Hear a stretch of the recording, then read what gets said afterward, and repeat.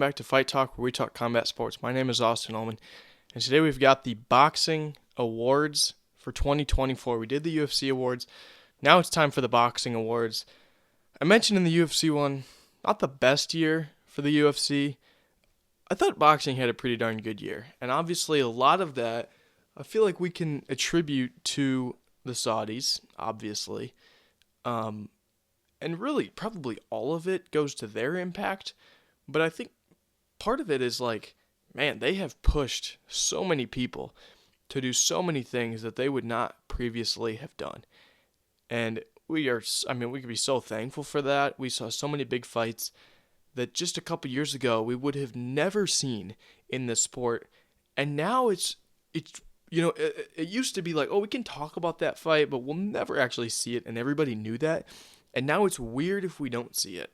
I mean, like, the only fight that we, haven't seen is Bud and Canelo. And from what it sounds like, they've tried very hard to make it. They've been very close at times. So, and that's a crazy fight. But, I mean, we've seen it all. From the likes of Paul Tyson to, we saw Haney and Garcia earlier this year. Both Fury-Usyk fights. We would never used to get the big heavyweight fight we wanted. And we got it twice this year. So the landscape is changing. We can thank the Saudis for that. But with that, let's get into the boxing awards. The knockout of the year, everybody's favorite, Daniel Dubois, the knockout of Anthony Joshua. He knocked him down 3 times in this fight, in the first 4 rounds. And Joshua, started to pick up some steam, started to do well, got him against the ropes a little bit. And Dubois unleashed a crazy right hand and finished him. Absolutely slumped Anthony Joshua, which, we thought Fury Joshua was the big fight, and it seems like we might get Fury Joshua, but it's not the big fight anymore that we thought it was. Usyk dominated Fury, obviously, this year, and Joshua, this is just a killer. This guy is waiting. He could have just sat out and just waited for the shot because he would have got it. He had the awesome knockout against Francis Ngannou. He was doing well. He rejuvenated his career. And then this happens. And we found out that Anthony Joshua was still that same guy that just drops a few fights here and there. And here it was to Daniel Dubois. And now it's Dubois who's rejuvenated his career and might find himself in a really good spot this year. But that was the knockout of the year. That was so good. Fighter of the year. Unanimously, Alexander Usyk. You look at the other greats, Inoue is one of those where it's like, yeah, he kind of did the same thing he does every year. So, if we didn't have Usyk, we could probably hand it to Inoue, but he's going to keep doing that every year. Whereas Usyk, it's like, man, this doesn't come around very often. And this was special. Both fights obviously close against Fury, but undersized and an underdog, and he just comes in and beats Tyson Fury twice in 1 year. And not only has he jumped all these guys to be the pound-for-pound number 1, but he's going to find himself in some of the all-time great discussions coming up now. It's fantastic what this guy's done. Such a cool story. But, yeah, just unanimous for this guy. Absolutely unanimous. What a year for Alexander Usyk. And, how can't you cheer for that guy? Such a good guy. Fight of the year, a lot of people kept it with Usyk and said Usyk Fury won. Obviously a crazy fight. I could get out my scorecard right now and just go through the stages that fight went through, from Fury dominating to Usyk, and then it felt like Usyk had Fury on the ropes, was going to knock him out, ends up going all 12. But I went a different direction. And the reason I went this direction was not just for the fight, but for the build-up. And just for there's maybe a couple times a year that you'll watch combat sports and just be in awe. You'll just be in absolute awe of what you just witnessed. In the UFC this year, it was Holloway and Gaethje. You don't know if you're going to scream and yell or just sit there. It's crazy. You can't believe you saw it, right? Devin Haney and Ryan Garcia. The build-up to that fight.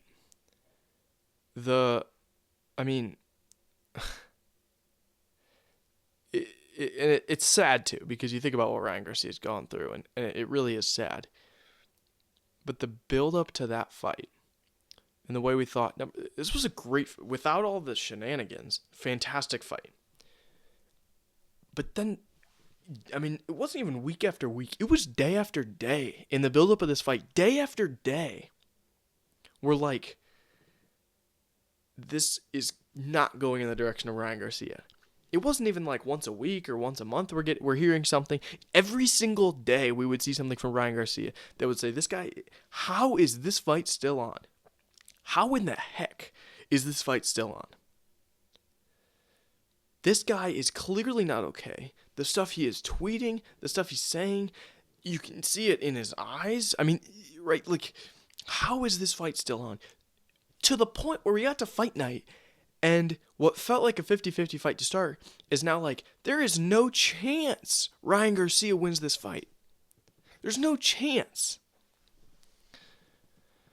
And he comes in and just delivers an incredible performance. 3 times he knocks down Devin Haney. He comes out of the gate in the first round, and I mean, he's spamming the left hook the whole night. That's a shot. And Devin Haney just didn't do anything about it. But he came out in the first round just wild. And it's like, oh, does he have a shot? And then Devin Haney kind of got into his groove. And it's like, oh, I know where this fight's going, right? This is a point fest. Devin Haney's going to win it. A unanimous decision. Does that for a couple rounds. And then Garcia drops him. And then we go on the same thing, and then Garcia drops him. And it happens 3 times. And Ryan Garcia finds himself as the winner. And, I mean, I was just shocked. Watching the entire fight, I was just absolutely awestruck at what I had just seen. So that was my fight of the year. At this point in the year, it was a long time ago. It's easy to forget. But not just the fight itself, but the build-up. I had told myself there's no chance Ryan Garcia wins.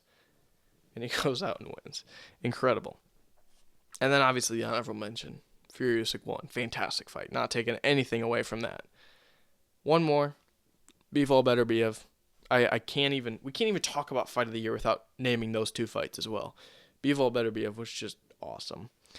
Women's fight of the year, Serrano Taylor 2 on that Jake Paul card. That was awesome. An absolute slugfest. If you were able to watch it, of course. Most disappointing fighter of the year, I gave it to Bud Crawford. He fought once. He's been pretty inactive.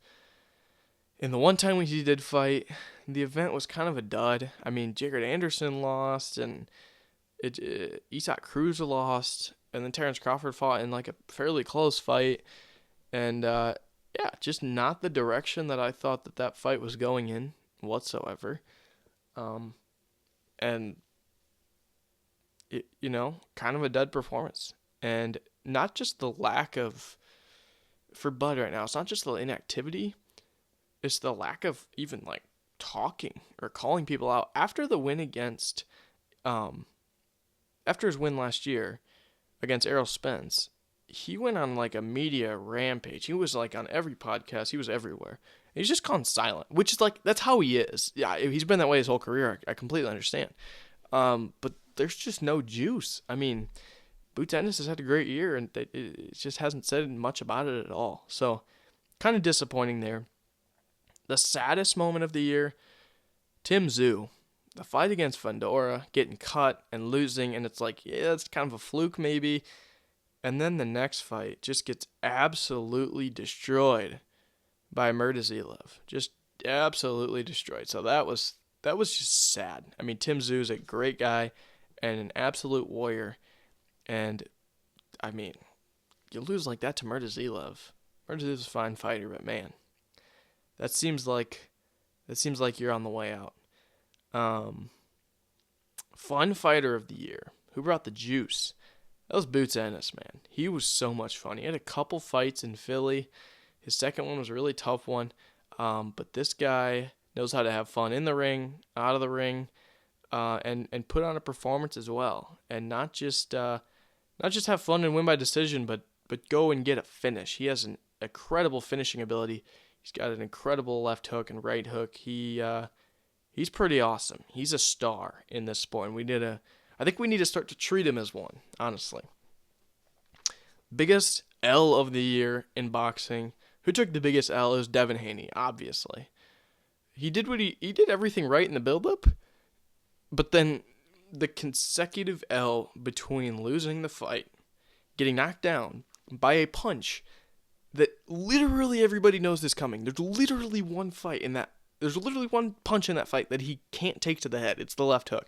Took it 3 times. Got dropped each time. And then going and suing him for battery. I mean, I don't understand the legal aspect of that and whether that's like a fight he can win or not. Regardless of whether it is, you can't do that. I understand the whole thing with the weight cut and all that, or the missing weight, but man, that is a massive L when you pile that on top of the fact that everyone just saw you get dropped 3 times.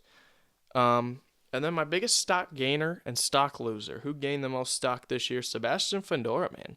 That win. He's got the Errol Spence fight coming up now. This is a guy who was just kind of felt like maybe he was going to be a journeyman, and now he's like, whoo, he is using that size to his advantage against Tim Tszyu, and we'll see what he does against Errol Spence now. But if that guy ever got in the ring with Bud Crawford or Boots or someone, he could cause some serious problems. And then my biggest stock loser, as much as it pains me to say it, it's Shakur Stevenson. I mean, the Twitters and stuff, this guy was just spending way too much time on social media. Everybody knows it. The fights, it's not his fault. Like, he can't get the fights that he wants just because guys aren't willing to take him. But what is his fault is the fact that he's doing all this talking and can't finish. You either have to talk like you can finish and then get a finish, or don't talk like you can get a finish if you're not going to get a finish. And he's talking like he can get a finish and not getting finishes. Pretty obvious. Absolute stock loser. I mean, if anyone watched the fights that he was in this year, it's pretty obvious. Like, and he wants the big fights, and you have to respect that. But this is not a guy who's going to be headlining any show anytime soon. That's just the honest truth. So a stock loser is Shakur Stevenson. But those are the boxing awards of 2024. Looking forward to another great year of boxing in 2025. But for now, I'm Austin Ullman. Thanks for hopping on.